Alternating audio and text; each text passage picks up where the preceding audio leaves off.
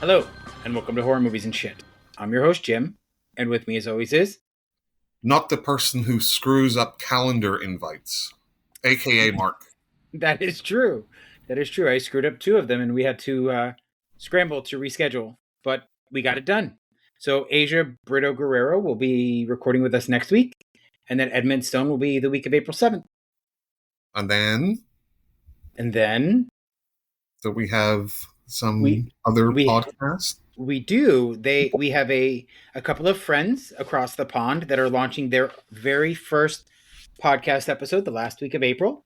So the lovely ladies Fran and Yvonne from the Gore Horse podcast will be joining us. You're kind of like half of that, Jim. What? The second half. Oh, is that what? I'm just the whore, not the gore? Yeah. Okay, good. So, Mark, you should feel comfortable because they're both from the UK. Well, I know. Yeah. Whereabouts in the UK, Jim? I always get them mixed up. I don't know if Yvonne is from Scotland or Ireland. I always mix up the accents. And Fran, I believe, is over in England somewhere. That's what you're talking about, you big idiot. Yeah, she doesn't talk like that. Scottish. No, I do think she is Scottish, but I've been wrong many times before. So no. Yes, I'm sitting down. So, Mark, what is new with you, sir? What do you have exciting to talk about? Before we get into that, enough about you. Let's talk about this. We need to pop. Please remember to look at the Facebook group. Join the group if you're not already in it. We have a TikTok at Horror Movies and Shit, and we have an Instagram at Horror Movies Shh and Shh. So please follow us on any social media you want. We also, Mark, have a very exciting announcement. Are you ready for this? Oh, yeah. Mm-hmm. We have a website. It is horrormoviesandshit.com. Very profane. It is. And on that website, do you know what you can do, Mark? So, yes, you can interact with us. You can listen to our podcast and nothing else, Jim. Nothing else. Zero you can do on that website, correct? That is not true. Why? You're incredibly wrong about that. So is this going to go back to the second part of the Gore Horror thing? So on our website, Mark, people on our website, because it's our podcast, right? So it's our website. On our website, Mark, you have the opportunity to send us an email if you need to. You can email horrormoviesandshit@gmail.com. Take your pick. You can also listen to the podcast. Like Mark said, all of the episodes are there in the player right on the website. We also, Mark, have a merch shop. Oh. Right? And guess who the first order went to? That will be close friend of the podcast, Matthew. Incorrect. Ooh. Is it your mom? Yeah, I sent a test order to her first. But our first actual order came from our new friend, Timothy King, author of Seven Rabbits. Yes, Timothy's making some waves. He is. Matthew Brockmeyer was lucky enough to get the first T-shirt order off of our website.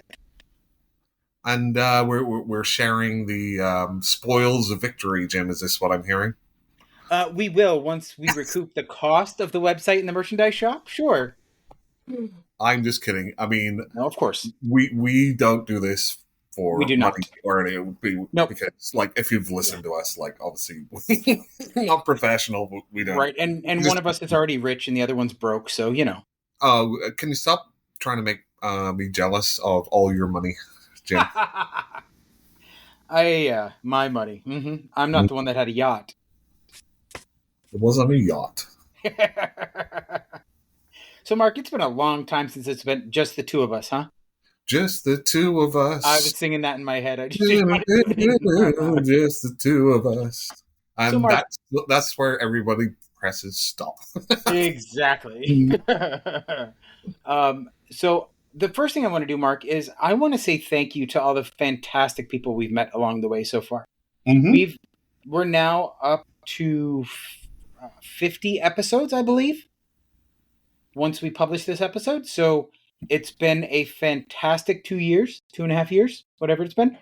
And I've had a lot of fun with you. So I want to say thank you and let you know how much I appreciate the fact that we talk like this. We've also... I'm expecting a gotcha here in a second. No, there's really no gotcha. I'm feeling sentimental today, Jim? A little bit, yeah. It's got to be the alcohol. Well, I appreciate you, Jim, and just like everybody we've met on here has just been fantastic. From the first guest to the most recent guest or future guests. It's just, again, I don't really look at this like some sort of media. Do you remember who our first guest was, Mark? Yes. Who was it? It was it David? It was David R. Slayton. Mm-hmm. Yep. And again, I mean, I just think this is just such again, for me, it's just like having friends and going out for a drink and just talking crap about horror movies. And, you know, if people want to listen, that's awesome. I mean, but don't take it too seriously. But the people we've met along the way, I think just have a lot of fun, hopefully. Yes, absolutely. It's all that this is about. Right? Yep, absolutely. And, you know, we're building our presence on all social media, so please make sure you follow us there. But anyway, enough about that. Let's stop being sappy, shall we? YouTube as well, Jim. Yes, we are on YouTube. And can I, if I could, our last episode is probably is giving us the biggest result on YouTube so far. So it's doing pretty fantastic. So I'm excited. I'm excited to see where this journey takes us. Yeah, and also, I mean, if anybody's got any feedback as far as like YouTube video streaming, just let us know. Any ideas? I mean, I'll probably end up being on camera, even though I don't want to be on camera. Yep, I have gotten feedback that some of our guests and our fans would love to see our faces, Mark, on YouTube. Well, maybe your face, not my face. Doing reaction videos and such. Yeah. Mm-hmm. Yep. So I think water reaction videos. Yeah, I think we need to try that. So I'm excited. Are you excited? I am. Well, good. Nervous. So, if I could make a suggestion, just have a few beers. You won't care. You don't know me well enough yet, Jim. Oh, no. It's only been 3 years, right? So, you want to hear something cool? I'm going to edit this out, but our friend Timothy King reached out the other day and said, hey, I have to write this short story for a collection, and I want to put you in it. So I am the main character of one of his new stories. Oh, that's going to be a brutal story. It actually is kind of brutal. Yeah, it is brutal. So between you and I, because I'm going to edit this out, it's a possession story, and I'm the guy who gets possessed and kills everybody. So hang on. So you're just typical Jim, right? Yep. And then you get possessed by a serial killer. By a serial killer. Because you're already evil. Right. So it's like Luna proves that, right? That's a good idea for a story, a reverse possession. Serial killer who gets possessed by an angel. Doing like lots of charity work. Do you know what a reverse exorcism is? Is that something in the gay community? No. But do you know what a reverse exorcism is? I've only heard that term in regards to one movie, but go ahead. It's where the demon tells the priest to get out of the child. Yeah. I'm going to hell. There is no hell. Thank God. Well, not really, but... So, should we get on with this shit or what? Yes, go ahead, Jim. Okay. You are in the driver's seat. Is that what they call this? Okay, so I wanted to talk about some stuff. Some new stuff that we've seen or I've seen. And some of the most anticipated horror movies that are supposed to come out this year that I'm excited about. Do you have any movies you're excited about, Mark? Skip it. You can tell me after this list. So the first thing I want to talk about is a movie that I got to see early that you did not. Right. And unfortunately, I've just had major drama going on. Yep. So and that's fair. I've not had the chance to catch up on a lot of things. And it's awesome that people are reaching out, providing us screeners. Yep. Specifically, we have Strike Media and Harpoon Studios, Sable Films, and Pixel Screen Media. Yes. So thank thank you to those 3 companies for offering us the opportunity to watch some of these movies. Yes, and I apologize that life's just been super crazy. But well, that's okay. They didn't reach out to you anyway. Well, that's true. Nobody would. Anyway, so let's talk about the first one that I saw that really made me excited, right? Strike Media sent us Dr. Jekyll and Dr. Jekyll and Mrs. Hyde, which we've already talked about at length on a few different episodes, so we're going to skip over that one. But Strike Media also provided us with a screener of Late Night with the Devil, starring David Dastmalchian and Laura Gordon. And there's a lot of controversy around this movie right now, Mark. Are you aware of the controversy? I heard about their opening weekend getting $666,666 worth of. So there's a little bit of controversy that's sort of blown up on social media about some of the graphics that they use. And I know you haven't seen the movie, but it's sort of, oh my fucking God. It's sort of shot as a mockumentary in parts. Like, part of it is, you can see it's supposed to be film footage while they were filming the show. And then part of it is, the backstage stuff. So that's where the documentary part comes in. But when they cut away to a commercial break, they use these graphics. And the graphics they're now saying that the title cards that they use for the show were AI generated. Okay. And I will be perfectly honest with you, when I watched this film, I never would have noticed. Like, these 4 images are on screen for less than a total of 15 seconds. So somebody's really looking to pick this movie apart, right? This is not just it's so obvious because it's all over the place. This is pause it. Is there something wrong here? Oh, pause it. Is there something wrong there? So while I'm not a fan of AI art, because it does take work and creative license away from artists, I don't think it has an impact to how people should feel about this movie, personally. No, but I kind of, so we're at kind of the precipice, right, of AI stuff, right? And it doesn't only just take away from writers; it actively steals, right, from people. And so I can kind of see, okay, well, it's a slippery slope. Yes, of course it is. It might only be 10 seconds in this movie, but what about the next movie and the next movie and the next movie? And that's a good point, because right now Roadhouse, which just premiered on Amazon Prime Video, is getting a lot of flack because it's been rumored that they put in AI generated dialogue because they were on such a tight time crunch to get that movie out. I mean, basically, I've used AI just for kind of fun because it's kind of fun. But you could legitimately have AI make an entire movie, right? Right. Write the whole thing. You could have it create images for the whole thing. Right. And so it's this sort of thing where you can't stop progress, right? Right.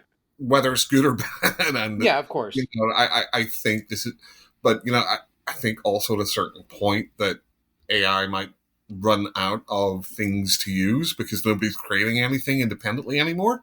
Right. So it's like recycling what's been before, because artists have just be like, or writers, well, what's the point?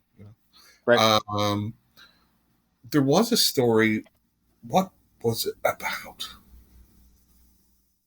Oh no, it was like a post on Facebook where who's the guy that did like the AI thing? Oh, Jesus Christ, I can't remember. Anyway, so yes, it is a slippery slope. I do understand why people would start to be upset with it. I don't think it's an accurate reflection on the movie by itself, especially if it's only like some cue cards, or not cue cards, but they're station break cards like they used to have when we were kids.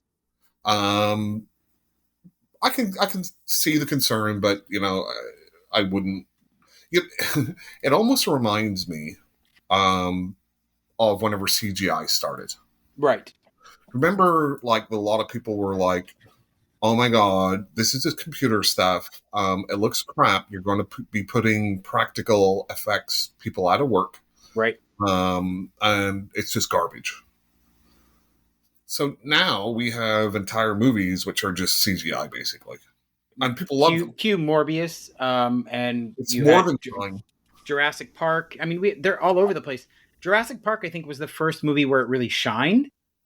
But Terminator 2. What year did that come out? I thought that was 98, and Jurassic Park was 94. So The Abyss was the first one that really, I think, got people's attention. Oh, of course it did that, and it was flawlessly done. It was fantastic.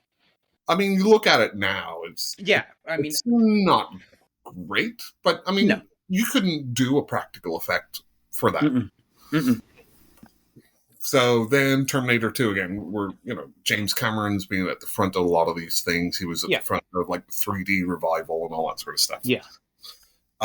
Terminator 2 came out in 1991. Oh, okay. And the thing with Jurassic Park, right? So it was a mixture. Mm-hmm.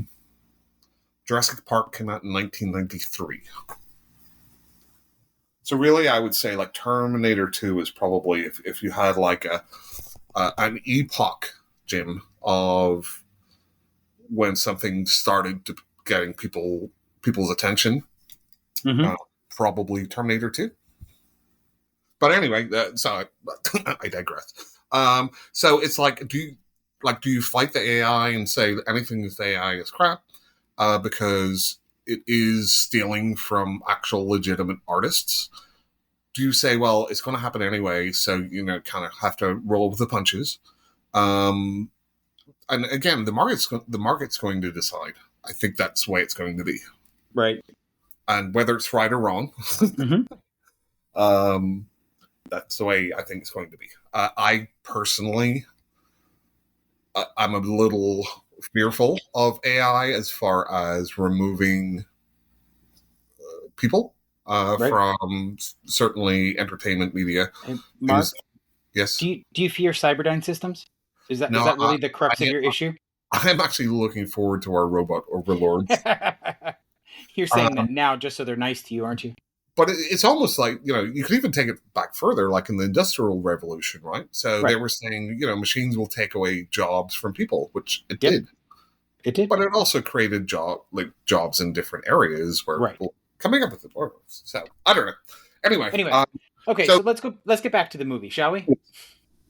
We digress. So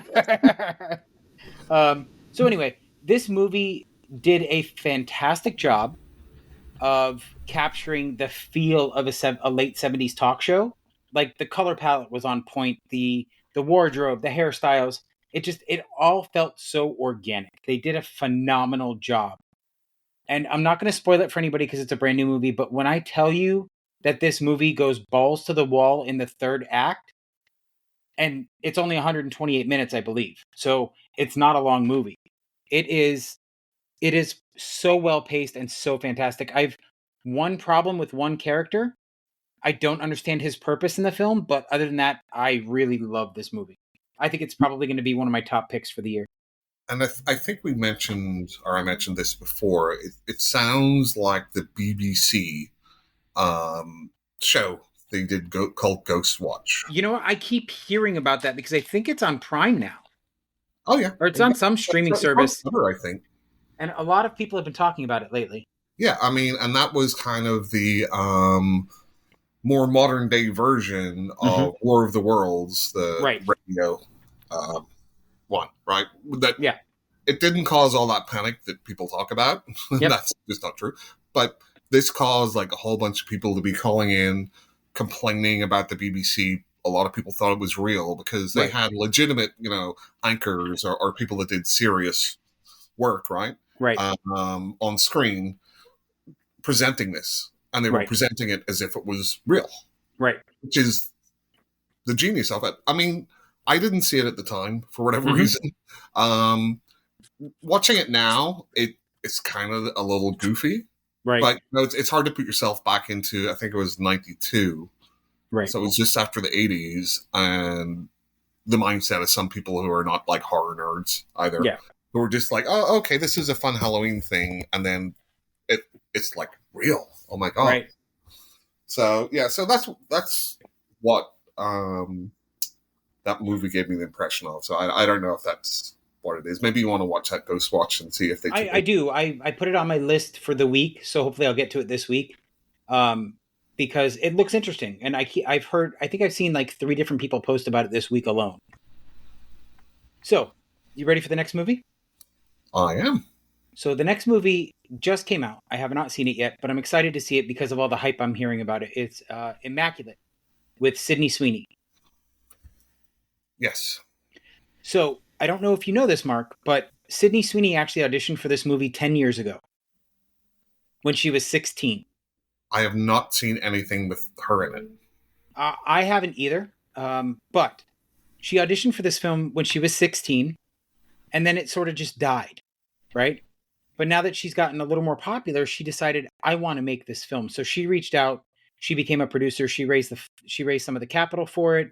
She got the director. She got the writers. She worked so hard in getting this film produced. And from what I understand, it's a fantastic movie, and I'm looking forward to seeing it.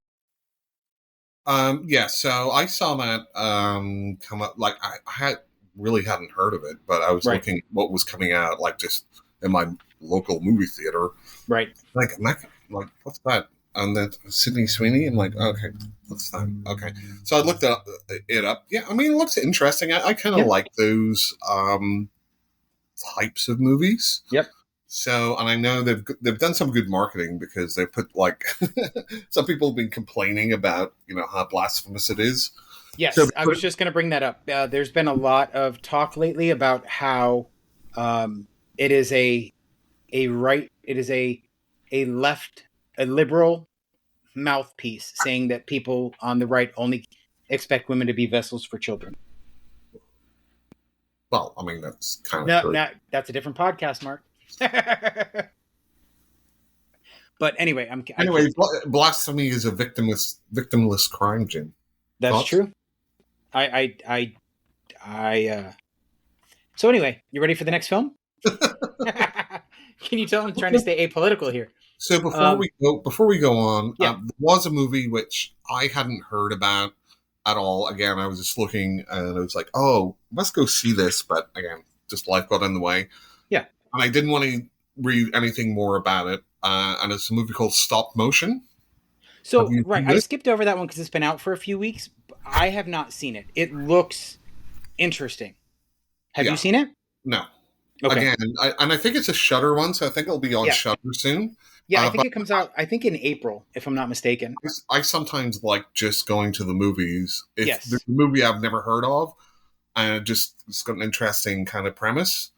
Like, I like to roll the dice sometimes. Okay, I'll go see this. So, funny story about that, right? So, actually, it says it's available to buy right now. Probably. I ain't doing that. No, I'm not going to buy it either. Streaming. It just says at a later date. I guess the director did one of the ABCs of Death. Okay. I was not aware of that. And it was like a stop motion type thing. So I guess that's kind of their thing. Yep. But I mean, it looked interesting to me. So yeah, it does. It from what I understand, it's a grief horror film. So, and I tend to like those a lot more lately. So I'm looking forward to it. So Jim, tell our audience what a grief horror movie is. So it's not so much about like obviously monsters or supernatural stuff. It's about the pain that people go through and what that makes their experience like, in my opinion. So let's say give me an example of another movie, Jim, that you would consider grief horror. Oh God, the one with Robert De Niro, where he clones the kid. Oh my God, I cannot remember the name of it. The one where they clone the kid or whatever, or no? Yeah, the one where they clone the kid. I can't think of the name of it. I mean, I suppose Don't Look Now. Is that what you call it? Don't Look Now with Donald. Godsend. Godsend from 2024, where Greg Kinnear and Rebecca Romijn, they lose their kid, and Robert De Niro offers to clone them, and then they have to deal with the unintended consequences of trying to relieve their grief. Right. And again, I would think Don't Look Now is probably would be the poster child for that. I don't know if I've seen that one. I don't really like that movie, but a lot of people love it. And it's about Donald Sutherland and his wife. Oh, is that the one where he's pointing and screaming on the screen? No, that would be Invasion of the Body Snatchers.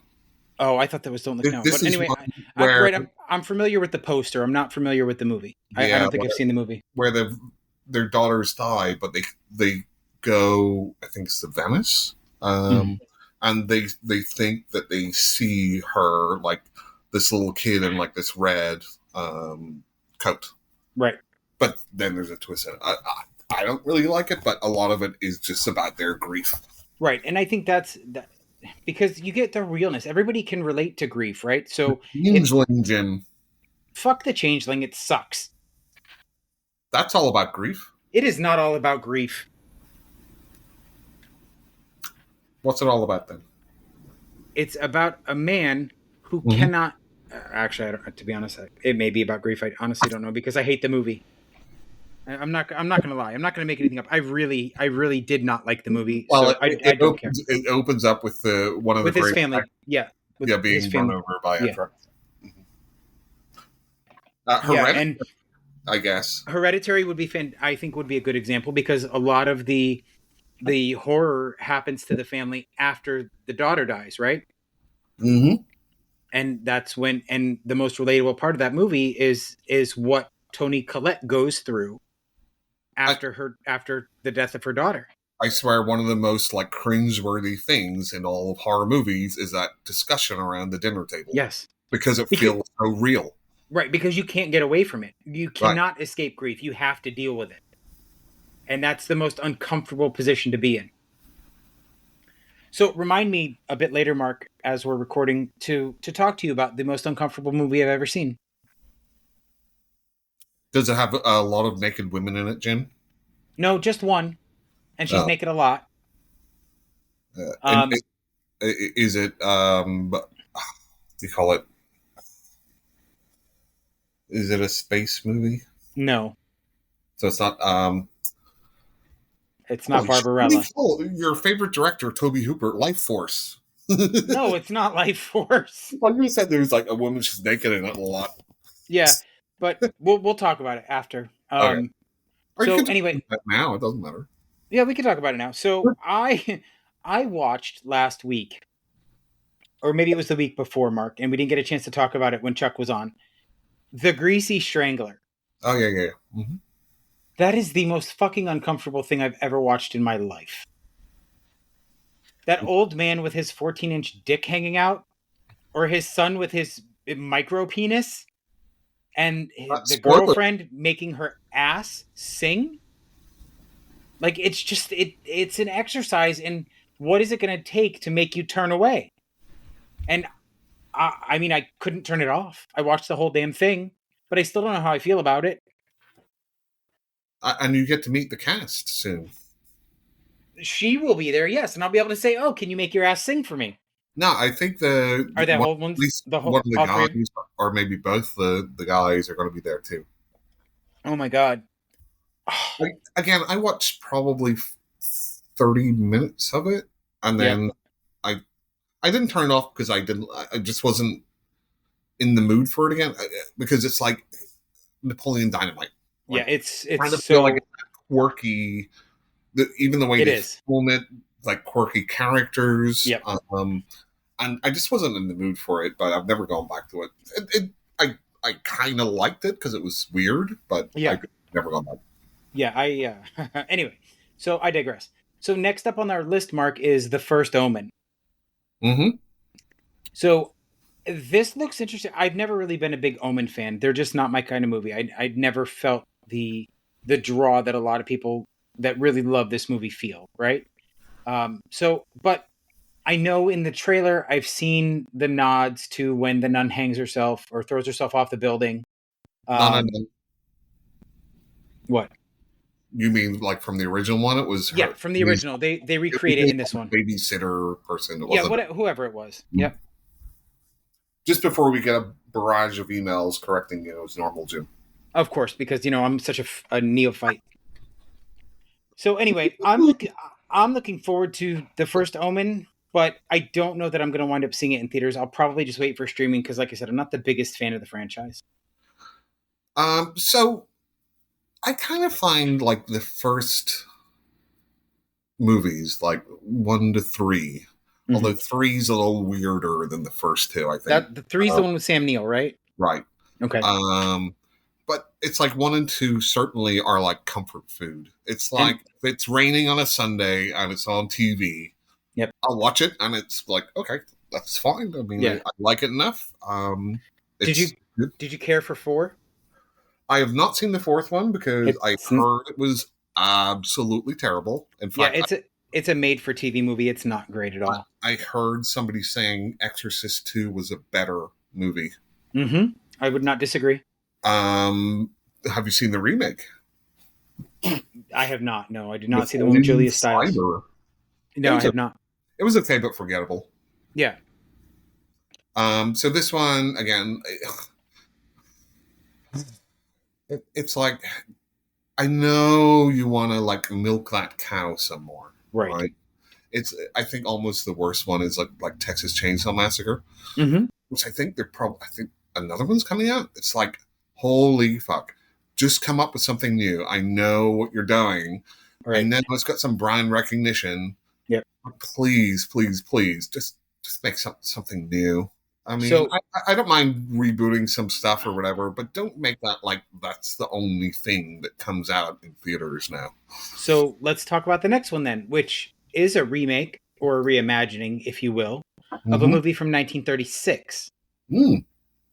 This is the movie that I'm excited about because it looks like it's going to be fun. Abigail. Not heard of it. So this is about a group of people that kidnap a 12-year-old girl to attempt to hold her for ransom, only to find out that she's a vampire. And they have not kidnapped her. They're trapped in her house with her. So, and that's a remake? So it says that it's a reimagining of the 1936 film Dracula's Daughter. Dracula's. The only reason why I'm saying that is, okay, for a 1936 movie, that seems a little more modern, like with what they're trying to do. Right. I can't speak to the original. I can only read this little snippet I'm getting here off Rotten Tomatoes. Yeah, although Dracula has been destroyed by Van Helsing, who is now being tried for murder, Dracula's daughter, the Countess, blah, blah, blah, blah, is still alive, and her father's death has brought her no closer to eradicating them. When attempts to free herself of the disease cell, she turns to psychiatrist, but soon finds herself struggling with the desire to make him one of the undead. It's, I mean, it doesn't really sound like what you're saying, but maybe they took just the very basic concept of right. So it's like let the right one in. Yeah, pretty much. So this is a horror comedy though. Like you can tell in the previews that this is a dark comedy. It's meant to be enjoyable, and it just looks like a lot of fun. So I'm looking forward to it. How old is the girl in it? 12. Okay. So next up is you could probably make like a lot of kind of like puberty type Ginger Snaps things with blood and vampires and little girl. Anyway. You could. But would a vampire child go through puberty? That's one for the scientists, Jim. I'm sorry. I thought you were a student of the sciences. I hate science. No. I don't know, Jim. I would think not, but again, I am not a vampirologist. Fair enough. So next up, we have the movie Infested. This is a Shudder original, and it's going to premiere on April 26th. I hope it's a sequel to Ticks. It is not. This is about venomous spiders, large venomous spiders. Have we ever discussed like animal phobias? Mm-hmm. I know you don't like snakes, right? But I don't think we've ever sat there and talked about like what sort of creatures. Well, I know you're a chicken. Gives you the willies, Jim. Anything without legs. Like a fish? Yeah, no, not. So, I mean, they don't really bother me. I'm not going to go and pet one. You're not going to pet a fish? No. Do people normally... Like anything that travels on the ground with no legs is a problem for me. Like a paraplegic. God damn it, it's a good thing I have to edit this podcast. Oh, no, not paraplegic, like a multiple amputee. That's what I meant. Do you hear about the multiple amputee that got thrown out of the movie theater for standing in the chairs? What do you call a guy with no arms and no legs at the beach? God, I should know this. Go ahead. Bob. Now, in the water, not what do you call a guy with no arms and no legs at your front door? Nothing. Matt. What do you call a deer with no eyes? A deer? No idea.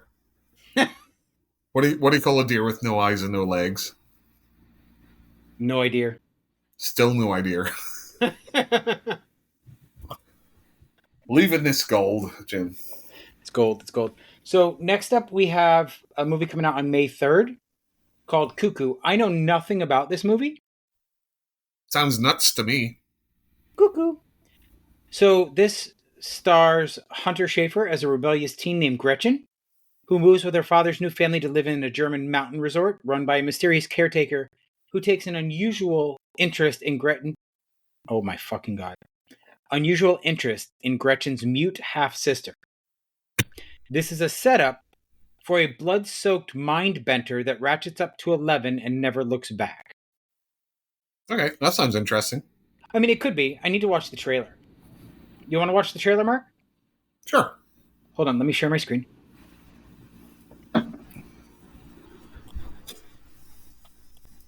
Okay. Tell me if you can hear it. I can hear it.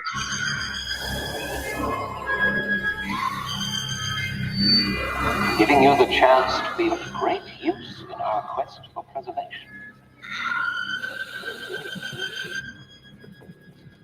The adolescent needs to be trained. Why is she carrying a switchblade? Those are illegal.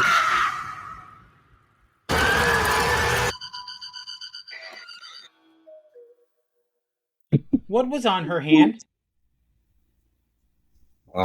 That looked like there's something about Mary moment, and that's disturbing. Cuckoo. Yeah, pretty much. I don't know what that trailer was supposed to tell us, but it told me nothing. I quite like that trailer. Well, it's just a teaser trailer, so. Yeah. So next up we have The Strangers Chapter 1, Mark. Meh. So Jim, as you know, I am a big horror nerd. Yes. But it's amazing some of the most popular movies I just haven't seen. So, haven't seen the first Strangers. Haven't? Nope. Didn't like the second one. So I watched the second one first. Why? And because again, it's just one of those things I just didn't come across. I don't know. Okay. I don't know. I don't know why. So let me say this about that, right, Mark? When it comes to The Strangers, I absolutely adored the movie The Strangers. I think they got so much right in that film with the confusion and the, what happens when you're really under those high pressure situations and what bad things could happen that people do to themselves when they're under pressure like that, right? But that final jump scare just ruined everything for me. Yeah. But again, I thought the second one, apart from one sequence, was poor. So I never went back to the first one. So this movie is directed by Renny Harlin. Yes. I'm cautiously optimistic. I just hope they don't cheap out on the jump scares. And I see the truck they're driving, and it looks a lot like a truck I had in high school. So I'm excited about that. Yeah. So this next one I'm not excited about at all. It looks boring.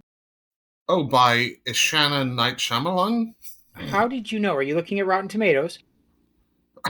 No, you're still sharing your screen. Oh, am I? Keep sharing. Then I can say what you're looking at. Yeah, that works. I'm not looking at porn, so you're fine. So anyway, this one, I've seen the preview, and it looks like a slow burn where not much happens. So I'm not really here for it.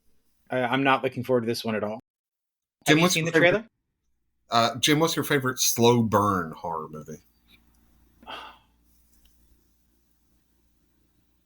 Nothing comes to mind. So you just don't like slow burns? No, not in general. I don't. No. I guess the others could almost be considered a slow burn, right? Yeah, I think so. Yeah, I enjoyed that one. But it had atmosphere. This one doesn't. So have you seen this trailer? Yep. Okay, let's watch it.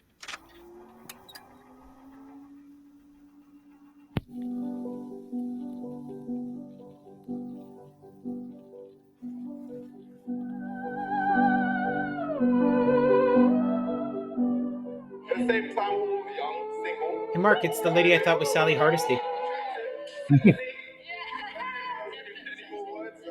Olwen Furrier. However you say her last name.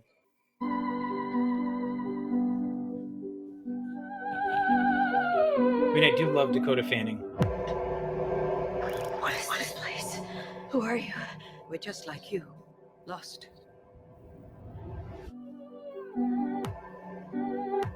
They come every night. They watch us until the sun rises again. It's a window on the other side.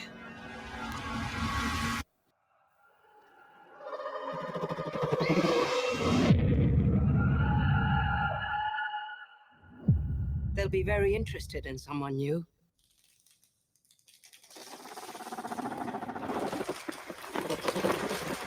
What is that? What are they doing? Applause. For you, Mina.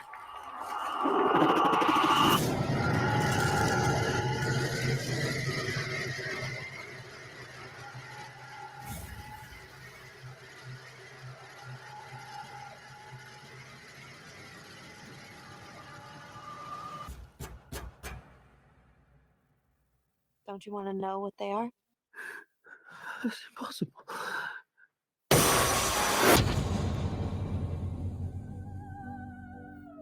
What do you think?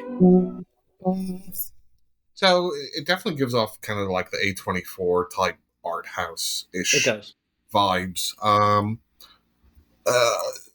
It may be a slow burn or may not.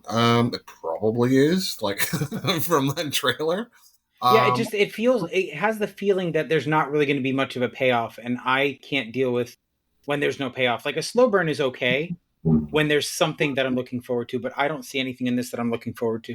So I think I've said before, like from my opinion, slow burns, you have to be engaged with the story. You have to have engagement with the characters. You have to have an interesting, hey, what's going to happen at the end here? Then you have to have a good payoff. And I think that's what makes a good slow burn movie. You can have a movie like The Last Will and Testament of Rosalind Lee, right? Very slow and methodical, but it's like super interesting about what's happening. It's almost like a one-man play for a lot of it.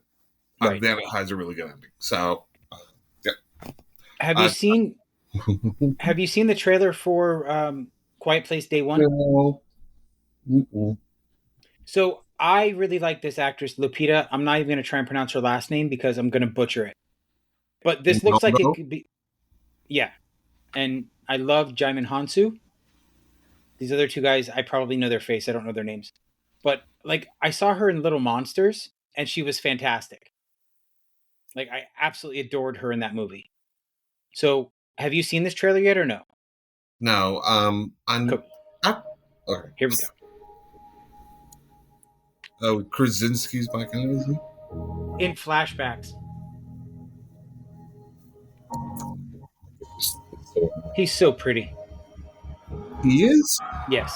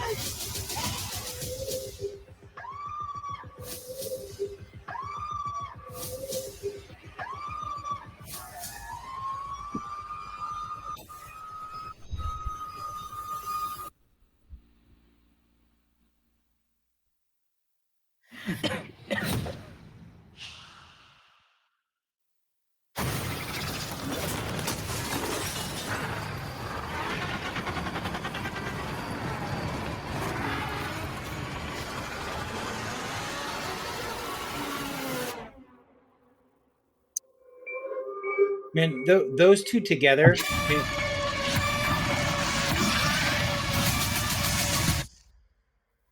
Those two together are going to really ratchet up the tension. Like, they're both fantastic. I can't wait for that one. I know you don't like the premise because we talked about it before. Yeah, I don't. I just can't get over that. I mean, it seems like such a simple or ridiculous thing to overcome. Right. So it's ridiculous in the sense that there's lots of noise in nature. Right. So these things will be running all over the place constantly. Yeah. Number two, like,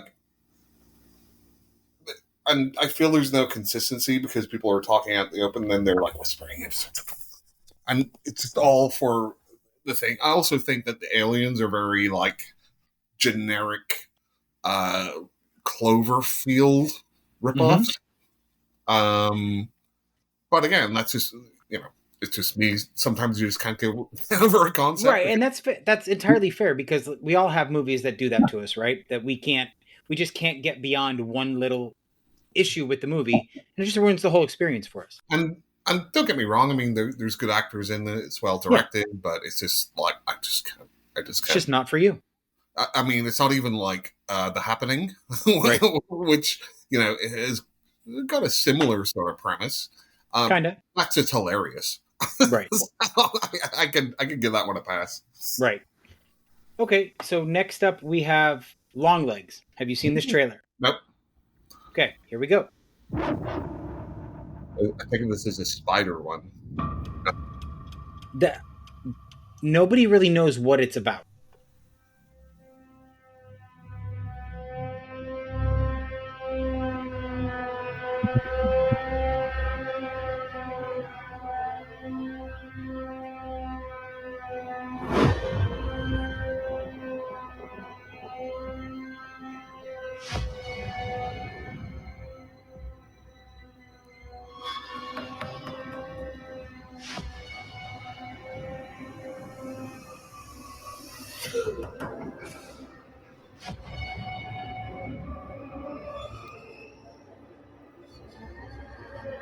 It looks like there's some sort of. Nope. That was unexpected.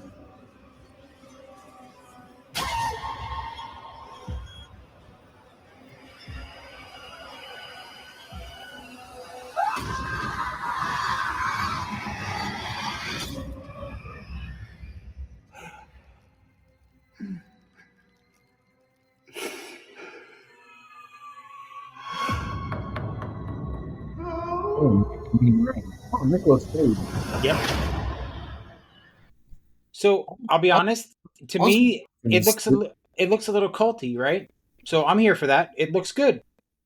Yeah, it looks like it's some sort of occult type thing. I kind of. So Nicolas Cage, right? Nicolas Cage. He's both a blessing and a curse. Mm-hmm. So I think he needs to be in very specific types of movies. I kind of feel like the trailer was like a little too serious. Mm-hmm. For him being in it. Right. Personally, I don't know. Personally, I feel like Nicolas Cage shines when he's allowed to be fucking crazy, right? When he's allowed to just go balls to the wall and be completely nuts. Like Willy's Wonderland was a perfect vehicle for nobody but Nick Cage. But I remember the days when he did a lot more comedy and some serious stuff, and he was good at it. So I'm here for it. I'm ready for it. Well, Nicolas Cage, like, even the one of the greatest, like Robert De Niro, they've kind of become, or Christopher Walken. Mm-hmm. Now, when you see them in a movie, it's like they're a parody of themselves. Right. That's very true. And so the movie has to, and like, I really like Dune 2, or Dune 2, I guess people in America would say. And Christopher Walken's in it as the Emperor, And he is just not a good fit for that role. Why? Does he need more cowbell? And I'm not saying he's a bad actor, but I think at a certain point, you get so famous for being a certain way, right, that it overrules anything that you try to do. Right. You get so stereotyped. It's like the Christopher Reeve thing. Yeah. He'll always be Superman. Right, but if you ask me, his best performance was in Death Trap. Not seen it. So I think it's I forget who the other actor is. I want to say Michael Caine, maybe. Hold on. Mm-hmm. Michael Caine's kind of become that character-ish. Yeah. So it's from 1982. Christopher Reeve, Diane Cannon, and who else? Michael Caine. Yep. So originally, is Michael Caine. So originally in the stage play, Christopher Reeve and Michael Caine they want to be together, but one of them is married, and hang on. They're both guys, Jim. Though, what does that mean? Yes, right. It means that they're gay. What? Yeah. So anyway, in the play, Superman's not gay, Jim. Neither is about in the play, not the movie. Neither is Alfred. Mark, fuck you and listen to what I'm saying. So in the play, they cook up this scheme to scare the wife, the character of Sydney, his wife, to death. Right. That's like the French movie. Which one? Throw Mama? Is that Throw Mama from the Train? No, it's like a Diabolique, which they remade too. I don't know that one. Okay, go ahead. Sorry. No, I said I don't know that one. I was listening. Oh, hang on. There go the dogs. French movie. Okay, go on. I'll just cut him. Oh, it sounds like Ray's just got back from the store or something. Yeah, I think it's Diabolique. I don't know. Anyway, go ahead. Sorry. No, I was just saying I was familiar with the stage play before I saw the film, but I think that is one of Christopher Reeve's best roles. It seems a bit of a trope that a lot of, especially like the guy that played Superman in the original, he got typecast. He ended up George Reeve, yeah. So you get a lot of these superheroes, like early ones. Adam West had the same fate. Yep. Nobody could see past Batman for him. Yep. It's very true. Anyway, what's next? So next up is a new M. Night Shyamalan movie. It's called Trap, starring Josh Hartnett and Salika Shyamalan. Oh, Josh Hartnett. He's coming back, is he? Yeah. So it's going to be like Summer of Shyamalans. Yeah, right. This is a psychological thriller that takes place at a concert. So I think trap refers to trap music, maybe, but that's about all that they're saying. What's trap music, Jim, for our audience? I have no fucking idea. It's some sort of electronica. That's all I know. Never heard of it. Yeah. Okay, I'm back, bitches. Took you fucking long enough. Oh, the ball and chain was talking to me. Well, tell her I said that's unacceptable. Right now, we're busy. You think she'd go for that? Probably. Anyway, where were we? We were talking about Shyamalan. Oh, yeah. Well, fuck Shyamalan. Let's move on to the next one. So the next one I've seen a preview for, but I don't know much about it. And there's no trailer on this, as you can see. It's called Speak No Evil, but it's got that hottie James McAvoy in it. Mm-hmm. So I'm here for it. I think he's a fantastic actor, so I will see just about anything he's in. Ew, so it's the guy that did Eden Lake. Mm-hmm. Have you seen Eden Lake? I believe I have. It's a very depressing movie with... That's the movie about the bunch of kids, right? That terrorize the lady? It's the lady and... what's his name? From...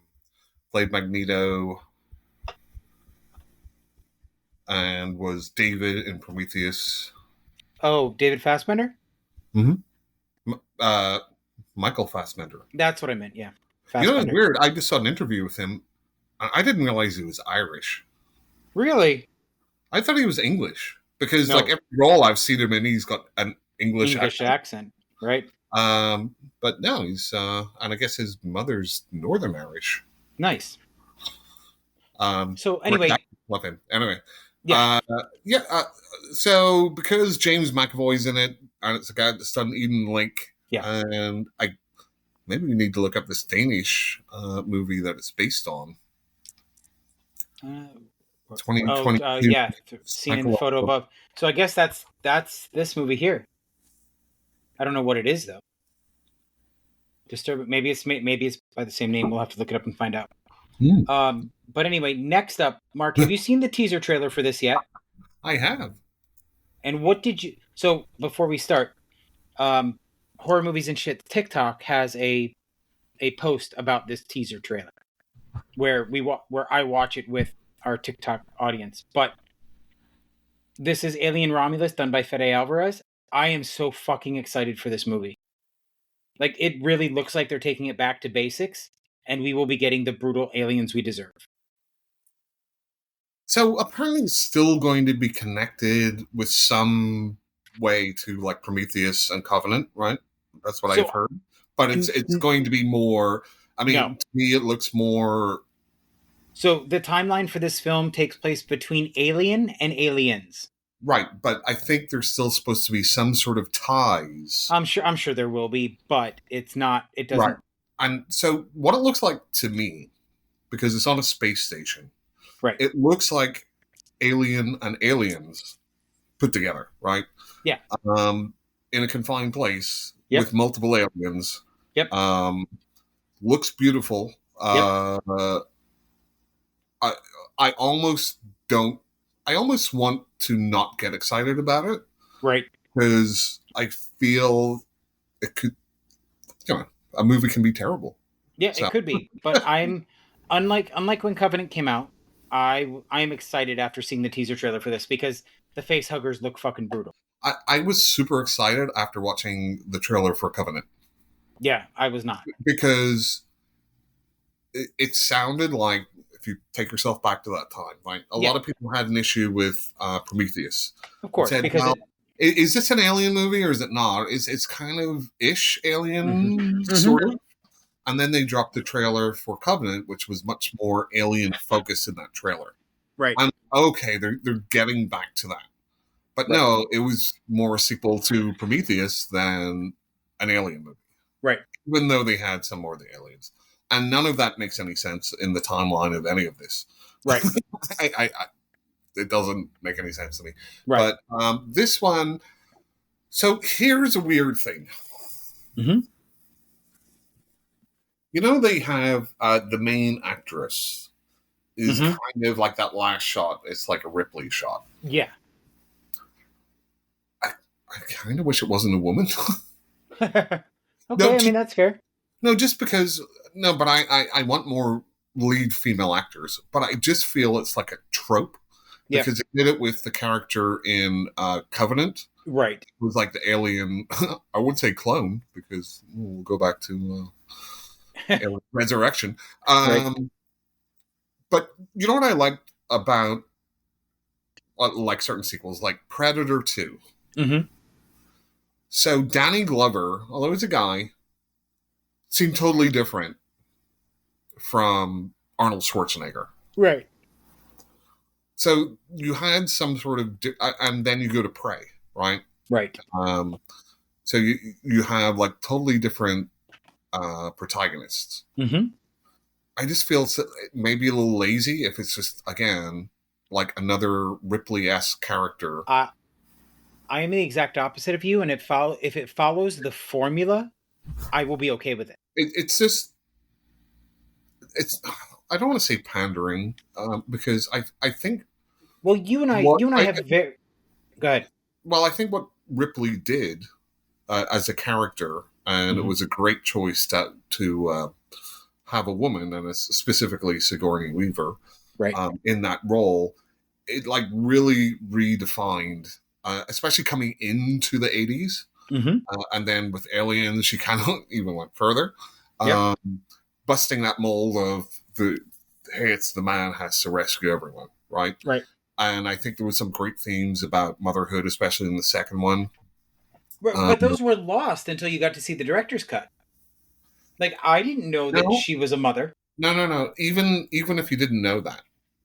No, because that was one sticking point for me, is I never understood why she had a relationship with that kid. No.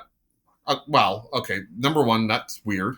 It's a vulnerable kid, and she's empathetic and not a soldier. But that's not. Like if it was you or me, and it was this little orphaned girl or boy, you would be like trying to be protective of them, right? I'd trip the fucker. Well, at least I'd be able to get away. But really, I mean, if you think about it, especially like forget about not knowing that she has a daughter that died. You can take that out, and you can still see that climax at the end with her and Newt versus, of course, because the alien queen and all her children. Right, and of course, motherhood, right? It is. I absolutely agree. But like I said, that relationship between Newt and Ripley never made sense to me. Well, that's because you got a cold, stone heart, Jim. Yes, I know. Imagine it was a older dog rather than a kid. Okay, then it needs to be put down if it's not able to take care of itself. Do you have older dogs, Jim? I do. So are you putting them down tomorrow? Not tomorrow, no, but soon, I'm sure. Okay. When they can't take care of themselves, then that's when it'll happen. No, I never said anything about an older dog that can't take care of itself. I just said... But I did. I made that qualifier. Yeah, I know, because you've got some... Because I've got what? What's the number for the SPCA, by the way? So anyway, let's move on to Beetlejuice. Have you seen the teaser for this? No, don't care. Really? You don't like Beetlejuice? It was okay. I'm not going to lie. It's going to be all fan service, and I'm totally here for it. Yeah. I'm totally here for it, because it's going to be all nostalgia for me. So Beetlejuice is kind of like the Goonies for me. Yeah. Where I watched it, and I thought it was okay, but I never had that connection that a lot of people have, like the nostalgia for it. I just don't. Even though I should know. I probably should, but I just don't. That's fair. This next one, I've never been a fan of this franchise, so I probably will not see it. It's Saw 11. I think it's pretty fantastic. They already have a release date, but they haven't released the cast yet. So, Saw 10. Have you seen it? No. Okay, so I don't intend to. It was quite different. So if you don't like the Saw movies, you may want to watch Saw 10 because it's kind of different from kind of the formula of the series. It kind of gets into that towards the end, but a lot of it's like a character study of John Kramer and da-da-da-da-da. And Tobin Bell's always good. Right. And like the traps I thought were kind of lame in it. Okay. So, like I didn't really, but I thought as a movie, like if you just look at it as a movie with this character, it gives you some perspective on what he does. It doesn't really make a lot of sense about how he goes about doing it in Saw X. Right. But because that one was so good, I hope they're not bringing Tobin Bell back again, because it's like, again, milking that cash cow. Yeah. Okay, so you made a good movie, the last movie. Can you just leave it at that? Right. Leave it. Unless somebody comes in and like blows the doors off and, oh wow, it's awesome. But there's only so much you can do. That's true. It's very true. So we'll see. We'll see. I'm not going to watch it. I didn't watch 10. I don't think I've seen any past number 3. Mm-hmm. So next up is Smile 2. Mm-hmm.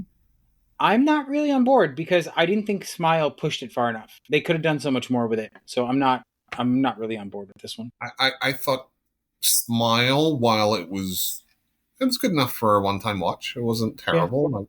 Yeah. I feel it borrowed a lot from like It Follows, which is a movie which, again, is garbage. I have my issues with that. I think there's some good things about that movie. I don't find anything redeeming in that movie at all. But like, here's a bugbear of mine. You have somebody who's supposed to be a psychologist, And I understand that they're scared and blah, blah, blah, blah, blah. Right. But you know how you look to other people, right? Mm-hmm. Because that's been your whole career, right? Working with people that look or sound crazy or might be crazy. So don't come off like that. Mm-hmm. I mean, I would love to see it if it was written from the perspective of her not freaking out so much. Right. And actually going through like logical steps. Right. To try and convince other people of what's happening rather than just screaming. Okay. So I know that your daughter is a fan of the Terrifier franchise. Are you? Okay. So probably talked about this before. I thought the first one was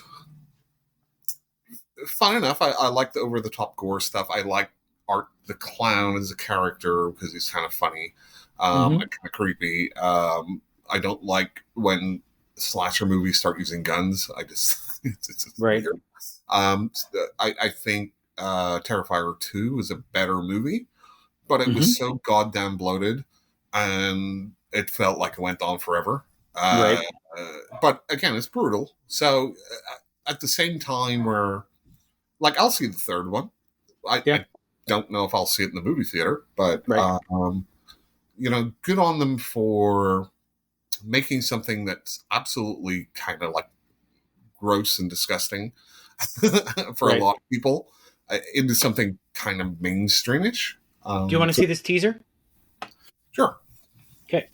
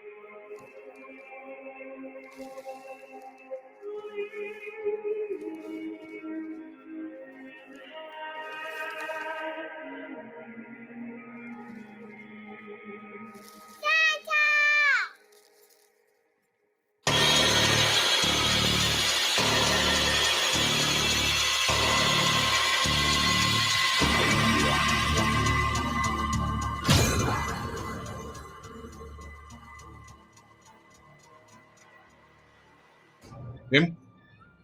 Oh.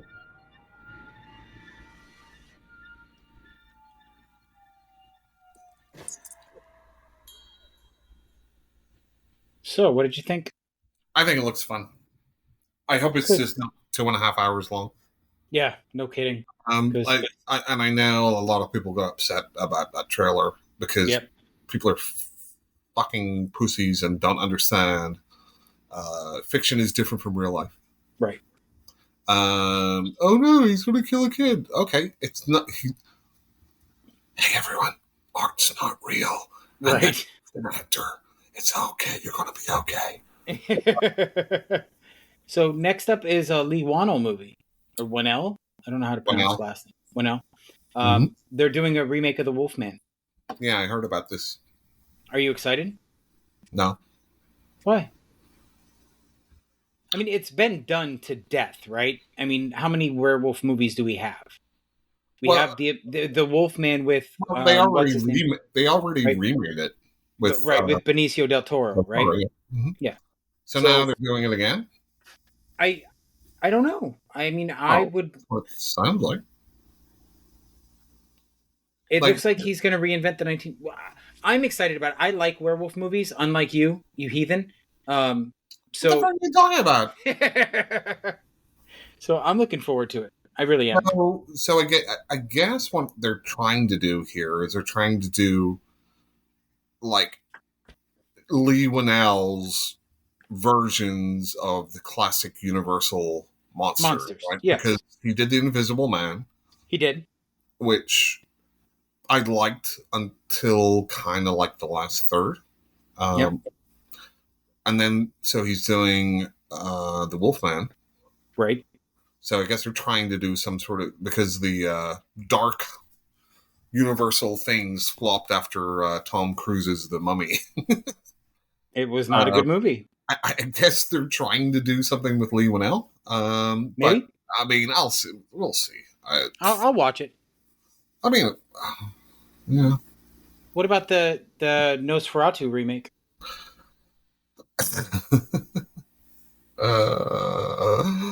So, Robert Eggers. What are your thoughts, Jim? I honestly don't know that I've seen any of his movies. You haven't seen The Witch? No, I did, and I did not like it. Have you seen The Lighthouse? I have not. No. What's the other one that he did? I don't know. Another one, I think. He didn't do Cold Skin, right? No, because that's like The Lighthouse. Right. Robert Eggers. He did The Northman. I did not like The Northman. Right, so you're not excited about this one then? No, I'm not. Not at all, actually. I do like Bill Skarsgård. I like Lily Rose Depp, and Willem Dafoe, so that interests me. But I'm not a fan of the director.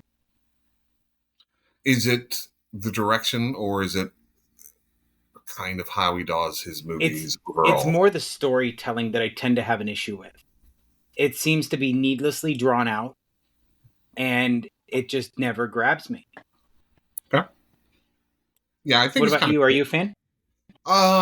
So I like The Witch, or The Witch. The Witch. I'm not a witch, I'm your wife. But more as a like historical anti-religion drama piece, some horror thrown in. The Lighthouse. Okay.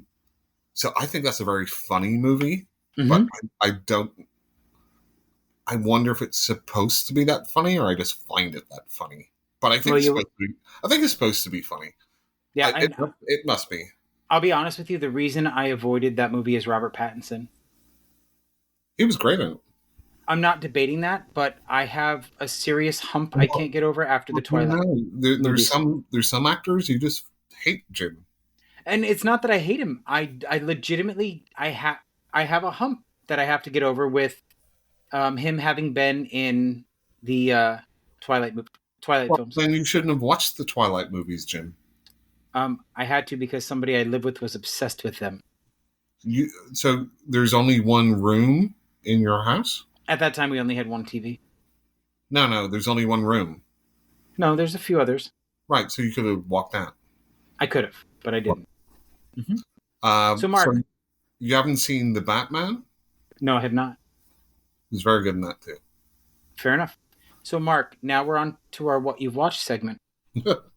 This won't take long for me. Okay, why don't you go first then? Okay, before I forget, because it's not a movie and it's not on my movie list, I watched X-Men 97. And what did you think? I thought it was excellent, if that's not too much of a pun. Because, So did you watch the original series in the 90s? I did not. I was never an X-Men fan. So this is done in the same style, like art style. They have a lot of the same voice actors back. But I think the storytelling, and again, so this is probably a bad point to make because I only have some memories of the original series. Right. But they've definitely made some of the characters better in these first two episodes. Like Cyclops is better.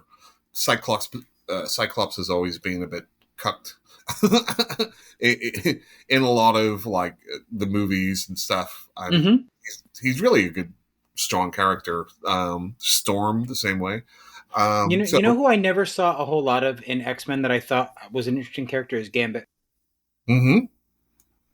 Yes, Gambit's in this.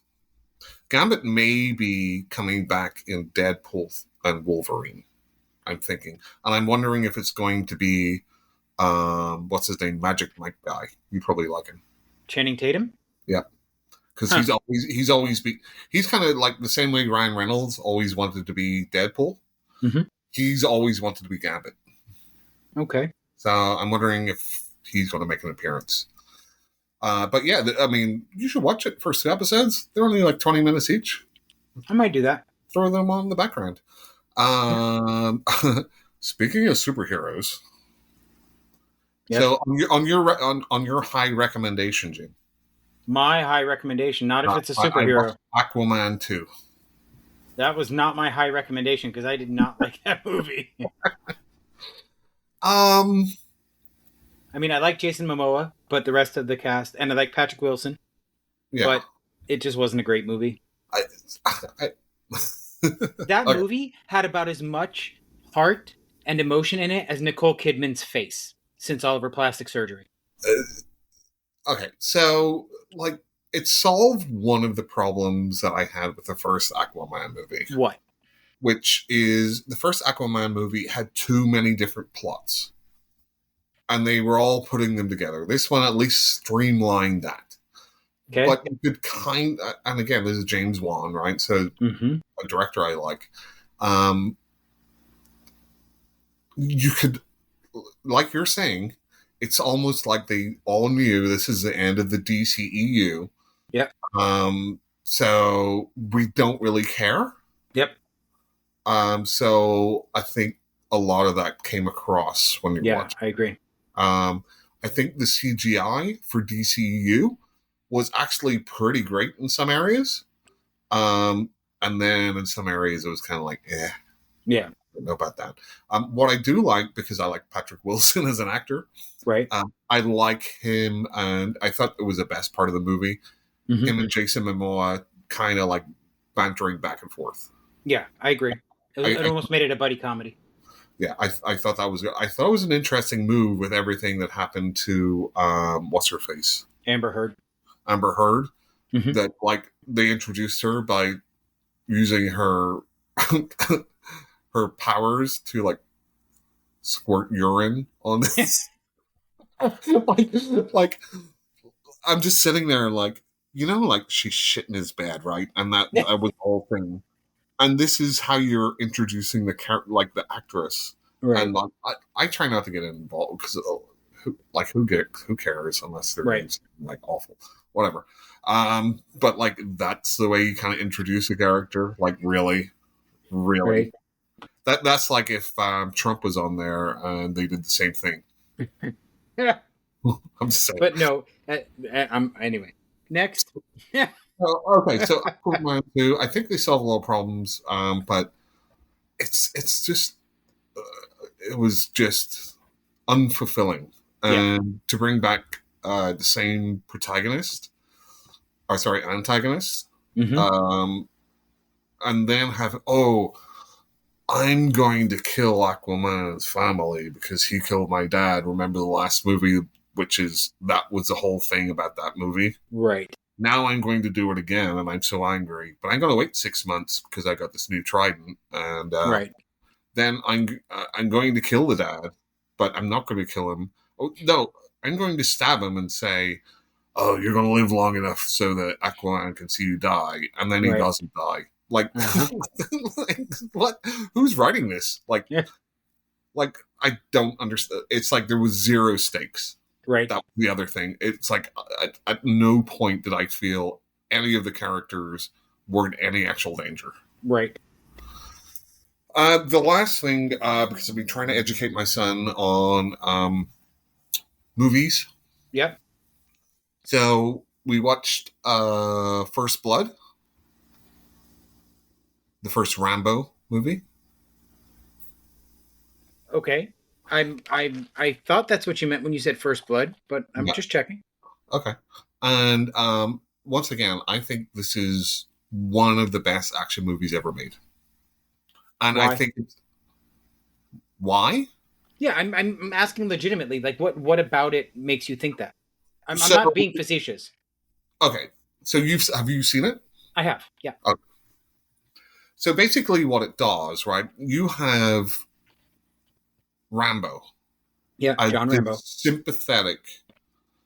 Just come back from Vietnam, trying to find his family, right? And his family were the people that were his fellow soldiers. Mm-hmm. So immediately you have this scene of him trying to find one. Then he's talking to the wife, and she's like, "He's not here." Right. Well, when will he be back? No, he's dead. Right? He's dead from Agent Orange giving him cancer. Right. So and you're just like, "Oh man, that sucks." Right. Right. Then you have the revenge part, right? Because he's treated so badly by the cops. Yep. That you're totally on board with what he's doing. Yes.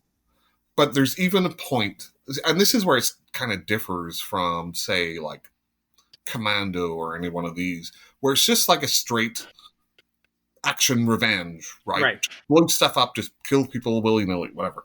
Right. But this one... Hang on 1 second, Mark. Mm-hmm.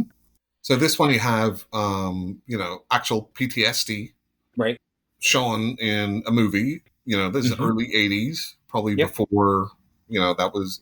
You might have got Deer Hunter a few years before or whatever. Mm-hmm. But it wasn't a big mainstream blockbuster like this one was. But you had him basically just trying to leave. And they're like going after him, right? Right. And the guy's trying to kill him in the helicopter. He's like shooting at him. And so Rambo throws a stone and he falls out of the helicopter. So it's a total accident, right? Mm-hmm. He just wanted him to not be killed. Right. So he goes to give up. But then they start shooting at him again. Right. So he's on like multiple levels trying to like not provoke anybody or do anything wrong. Like he didn't do anything wrong until he was provoked. Right. So then you get when he does kind of go like, okay, I'm done with all this. But you also have some of the great back and forwards with like the National Guard. They're like, no, I'm not going to go in there. I have to be back at work on Monday. And you're up against, a Green Beret. Right. And you have Troutman coming in and giving all the backstory and telling the whole audience how much of a badass that Rambo is. Right. But the whole thing ends with him breaking down and crying and just losing it. Right. And hugging Troutman and just like crying and sobbing. Mm-hmm. You don't really see that in any of the other 80s, muscly, right, Stallone, Van Damme stuff. And I think his performance in it, especially at the end, is just so convincing. Like you really feel bad for this guy. Yeah. And I guess in the book, and they shot this ending first of all, where he kills himself. Oh, I did not know that. Yeah, but they changed it so he walked away, and then you got the more bombastic, Rambo 3, and all those ones. But I think as an overall movie, it's atypical for an action movie. That's fair. And I think Stallone's performance is excellent in it. Yep. In fact, everyone's performance is excellent in it. And it just moves at a great pace. Yes, it does. So my son really liked that. And he's like, can we watch the other ones? I'm like, yeah, we can watch the other ones. But they're not as good as this one. Right. So also trying to open his eyes to different forms of movies. We watched one of my favorite sci-fi movies, which is 1967's, I think, Quatermass in the Pit. And I still have not watched that, so I'm curious. What did he think? So he really liked it too. It was a little different for him, because it's an older movie.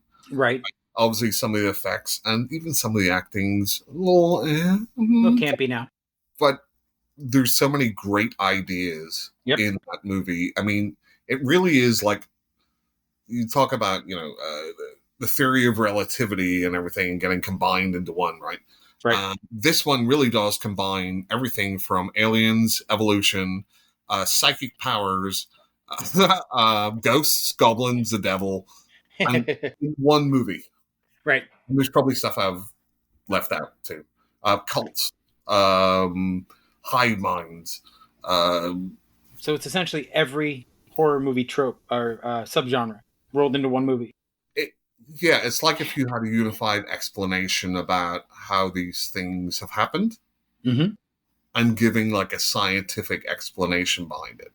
Okay, that's fair enough.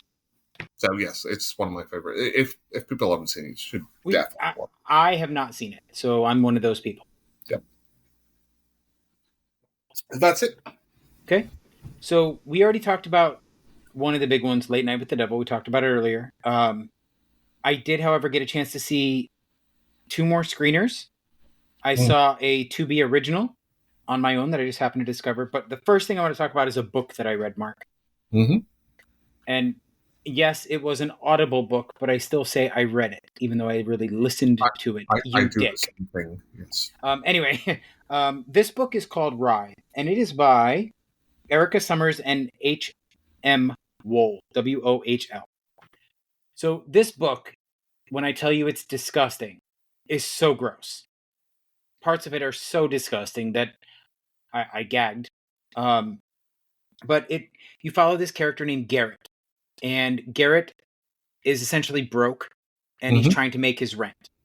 And his boss has this pain in the ass little fucker of a kid, and he says, if you babysit him for 3 hours, I will take $200 off your rent.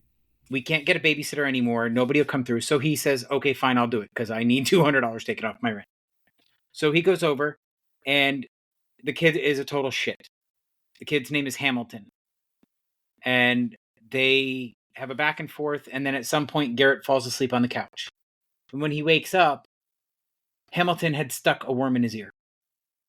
Okay. So now Garrett is trying to pull it out.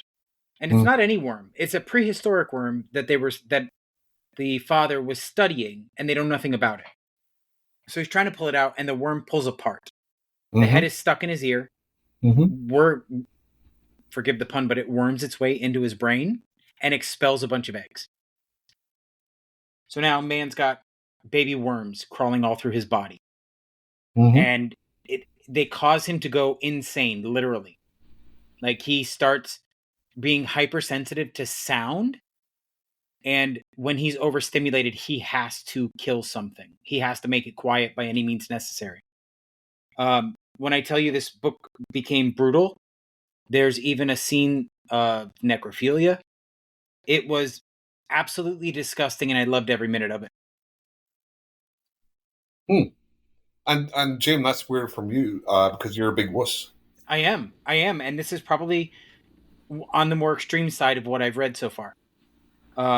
Garrett does turn out to be gay, and when he goes to see his boyfriend, it gets all kinds of batshit crazy. It gets absolutely fucking nuts, and I was totally there for it. I loved it all. Maybe you'll start watching some extreme horror movies, Jim. You never know. You never know. Next up, that's it for books. Because I don't want to talk about the other book I read yet, because I'm going to do a buddy read.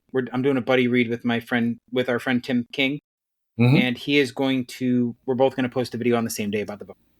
But anyway, so next up, I'm going over to movies now. I had the absolute honor. Oh, hang on. It looks like something is not connected. Yeah. Am I good now? Yep. Okay. So I had the absolute honor, thanks to Pixel Screen Media, and I believe it's Saban Films, if I'm not mistaken, to see Knox Goes Away. This is the second movie that is directed by Michael Keaton. Michael Keaton stars as an aging hitman who's trying to get out of the business because he's starting to suffer from Creutzfeldt-Jacobs disease, which is a rapid onset dementia. But after he's diagnosed, the doctor tells him he has 6 weeks. And his son comes to him and says, Dad, I fucked up. Now, him and his son and he are estranged. They haven't seen each other in probably 15 years or so. He says, my daughter was groomed online and wound up having a relationship with a 32-year-old man. And when I went to confront him, he was so disgusting that I wound up killing him. So he says, I need your help. I don't know what to do. So this movie explores exactly what the character Knox will do to protect his family, all while battling this disease that's essentially going to take him. Mm-hmm. And when I tell you that this is a drama, it's a straight up drama. It's not an action flick. Anybody who has had to experience a family member battling dementia will so easily identify with these characters. It was fucking phenomenal, Mark. When I tell you it was great, it was fantastic. Al Pacino. Yeah, Al Pacino's in it also. Yep, he plays one of his friends. I kid you not, Mark, for a drama which I tend to not enjoy, this movie was fantastic. So the next movie I want to talk about is going to be coming on Apple TV soon. I believe it releases sometime next month. I don't have the exact date. But again, this was through partnership with Pixel Screen Media. And I got to see the 2024 movie Escape. So this movie is about 10 girls that all get kidnapped. And they are being held at a remote location. And they find out that they're going to be sold. Because the people that are holding them have a client that wants 10 beautiful blondes. Right? Mm-hmm. Well, what I liked about this movie, Mark, is that these girls didn't wait to be saved. They took advantage of every exploit that they could to turn the tables on the people that took them captive, and then they did what they needed to do. When I tell you this movie is brutal, Mark, it's brutal. It does not shy away from blood. It doesn't shy away from violence. Strangled in it, Jim?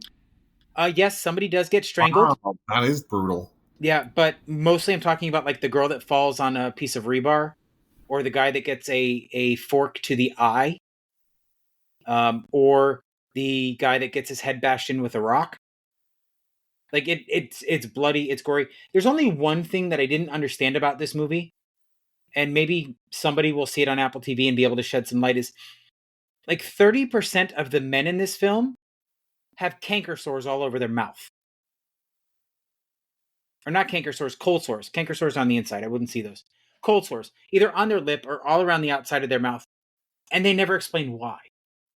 That's probably some sort of thematic element that the audience is supposed to ascertain through their brain rather than being told. Yeah, you would think, but I don't think I'm that smart. But when I tell you this movie was a lot of fun, I really enjoyed it because, I hate weak female characters, and these women did not sit around waiting to be saved. They did what they needed to do to try and save themselves. So, Jim, I'll try and help you out here, although I've not seen it. Yeah. So the man with the cold sores, were they the bad guys? Yes. So what were the women kidnapped for? They were going to be sold into the sex trade. What are cold sores, Jim? Herpes, Mark. They're herpes. Okay. So, I haven't seen it, but I'm trying to piece things together for you. I appreciate that, Mark. But let me say this. Out of all of the female characters in this movie, Sophie Rankin was the breakout performance in this film. Her character arc was phenomenal. And the turns that she takes in this movie are completely believable, and she did a fantastic job. Like, all the women were great, but her character, Lucy specifically, was phenomenal. Sounds like a good time. So the last movie I wanted to talk about is not one that I saw a screener of. It's just one that I happened upon on Tubi. Mm-hmm. And it is 2024's Slay. Mark, are you a fan of vampires? Not really. Are you a fan of drag queens? No. Then this might not be the movie for you. Probably not. Hang on, before we go. Do you know what my problem with drag queens is? What? See if you can guess. Let's see how well Jim knows. Is it the Uncanny Valley thing, or is it just that they're prettier than you? Well, everyone's prettier than me, so that's not. You tell me, Mark. I don't know what your problem with drag queen is. we had like Hamburger Mary's. Do they have them over there? Where they have like drag queens. And yeah, they have a drag brunch. So went there a couple of times because my wife, their friends and stuff like to go there. Mm-hmm. What I don't like about drag queens is that they're very extrovert, and I'm not. No, that's true. Yeah. So whether it's a drag queen or whether it's like anybody up on stage calling at people or pointing at them and talking at them or whatever, you're in fear that it's going to be you, aren't you? Yes, exactly. Yeah, that's fair. I cannot relax. That's fair. But so imagine if From Dusk Till Dawn was made into a campy film and the 4 main characters were drag queens. A campier film? Yes, like a low budget campier film. That's what you get when you watch Slay. So it's 4 drag queens that are on their way to their next gig, right? Oh, I'm sorry. By the way, I don't mind watching a movie with drag queens because they're not going to call me out. That's fair. But anyway, so they're on their way to their next gig, and they get there, and they realize that they were booked in the wrong place. They're at a straight biker bar, but that doesn't stop them, Mark.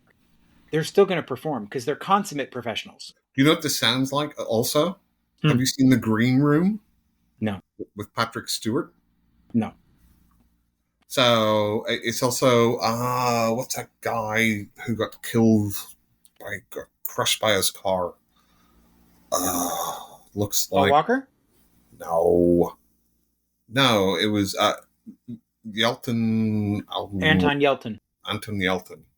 He's in it too, and it's about this band who have a gig and they don't realize it's like a Nazi white supremacist bar or concert, and then they all start like saying Nazi punks fuck off, dead Kennedys and stuff, and then they get into trouble.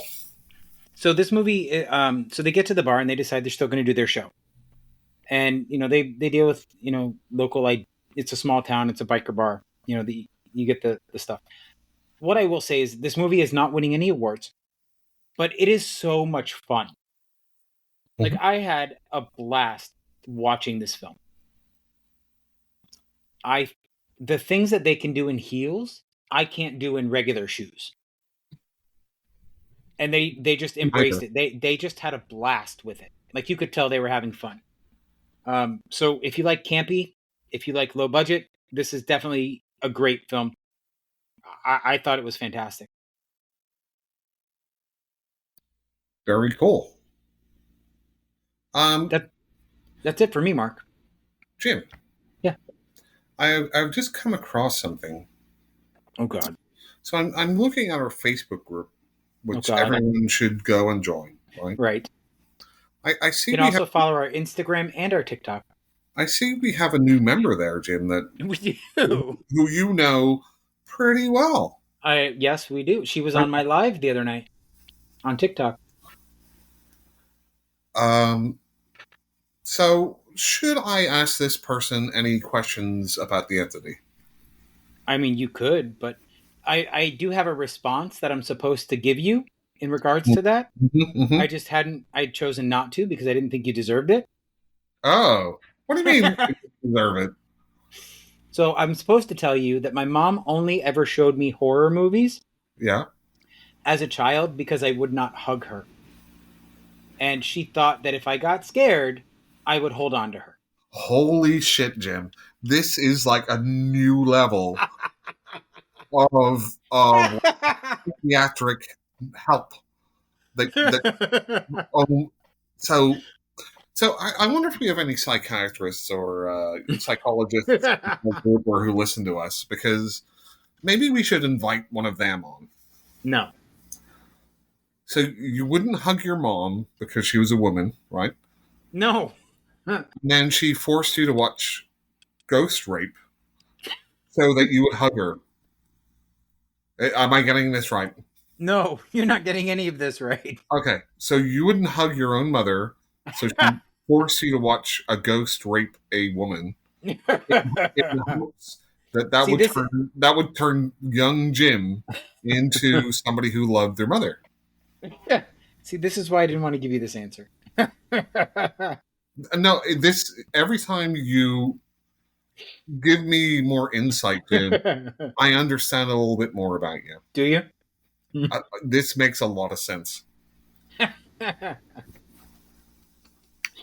Oh, God. So, I'm sitting here with my thumb over the keyboard. Oh, God. For the everyone say hi to mom post. Mm-hmm. Yep. What should I say, Jim? Just hi? Yeah, just hi. Okay. Hi. Keep in mind, I have the power to delete your comment. No, I'm an admin on there too, so I can keep it. If I delete it, it's gone. Did you want to come on the podcast sometime? No, she said no. I already asked. Smiley face.